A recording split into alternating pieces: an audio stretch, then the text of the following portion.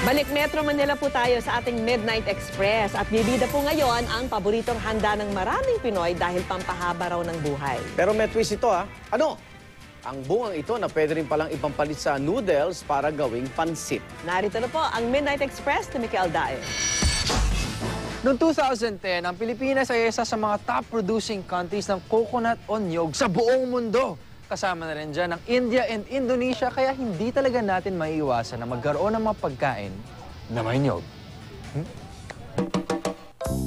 Sanay na ang panlasang Pinoy sa mga pagkaing may halong buko at gawa sa buko.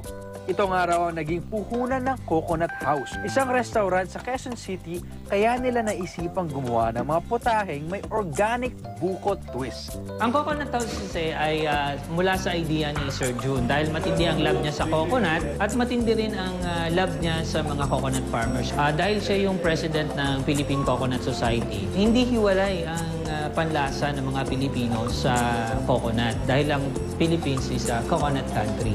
Sikat na sikat daw sa kanilang mga customers ang pansit sa buko. Wala namang pinagkaiba sa sangkap ang kanilang pansit. Meron itong sibuyas, baguio beans, repolyo, carrots, paminta at toyo. Nilalagyan nila ito ng organic buko strips. At katulad din ng pagluluto ng pangkaraniwang pansit, ginigisa ang sibuyas, ilalagay ang carrots, baguio beans at paminta. Kapag luto na, saka ilalagay ang buko strips.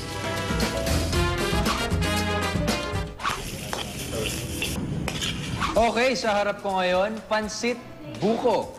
Pero kung titingnan mo, mukhang normal siyang pansit, di ba? Kahit ako, naloko ako. Subukan na natin. Ano kaya lasa niya, no?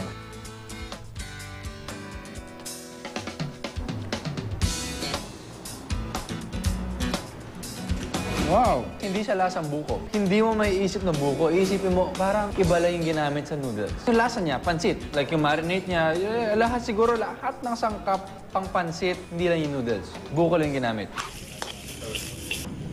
Hindi masela ng puno ng niyog, kaya't nagdipana ang mga ito sa kahit saang sulok ng Pilipinas. Tinawag itong the Tree of Life dahil wala kang itatapon sa anumang parte nito. Pero para sa mga food lovers na gaya ko, ang coconut meat ang pinakasikat dahil marami ang pwedeng gamit dito sa pagluluto, mapaulam o dessert.